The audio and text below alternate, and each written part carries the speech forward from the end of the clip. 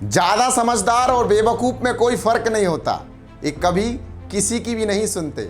नमस्कार, हरेंद्र सिंह तोमर नाम है हमारा। स्वागत है आप सभी का मेरी कहानियों में। एक गैरेज का मालिक अपने गैरेज में एक कार बना रहा था, काफी दिन से प्रयास कर रहा था। ये कार बनकर तैयार हुई तो इसकी फोटोग्राफ्स इसने 2-3 कंपनी के मालिक को भेजी। एक बड़ी सी कंपनी जिसने अप्रूवल दिया कि आपकी कार हमें बहुत पसंद आई है, तो रोड शो करवाइए। रोड शो की एक डेट रखी गई और दिन में 10 बजे यानी सुबह के 10 बजे कार का रोड शो होना था शहर में। तो क्या हुआ, कार निकालनी थी बाहर, कार तैयार थी, पर जब कार बाहर निकालने का प्रयास किया गया तो दरवाजा गैरेज का छोटा पड़ गया। कितना?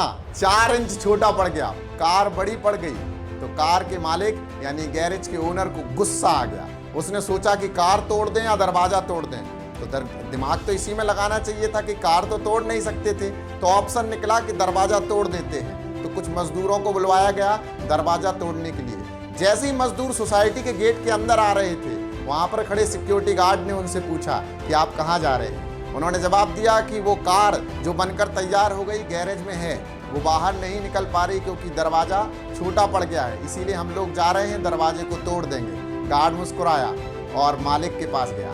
गैरेज के मालिक से कहा कि मैं आपकी मदद कर सकता हूँ। गैरेज का मालिक बोला कि मेरा दिमाग बहुत खराब है, आप यहाँ से चले जाइए। गार्ड मुस्कुराए और कहा मैं सच में आपकी मदद कर सकता हूँ, फिर आपकी मर्जी है, काम हो या ना हो, पर हमें 5 मिनट दे दीजिए। तो गैरेज के मालिक को गुस्सा तो था ही, तो उसने कहा कि चल तुम भी अपनी मन की कर लो। तो गार्ड गया अंदर और कार के चारों टायर की हवा निकाली। जैसे ही टायर की हवा निकली, कार ऑटोमेटिक 5 इंच छोटी हो गई। और जब कार 5 इंच छोटी हो गई तो दरवाजे से बिना किसी मुश्किल के बाहर निकल गई। ये कहानी हमें क्या सिखाती है? ये कहानी सिखाती है कि जो ईगो वाली हवा आपके अंदर है, प्लीज उसको निकालिए। जरूरी नहीं कि हर चीज में आप एक्सपर्ट हों।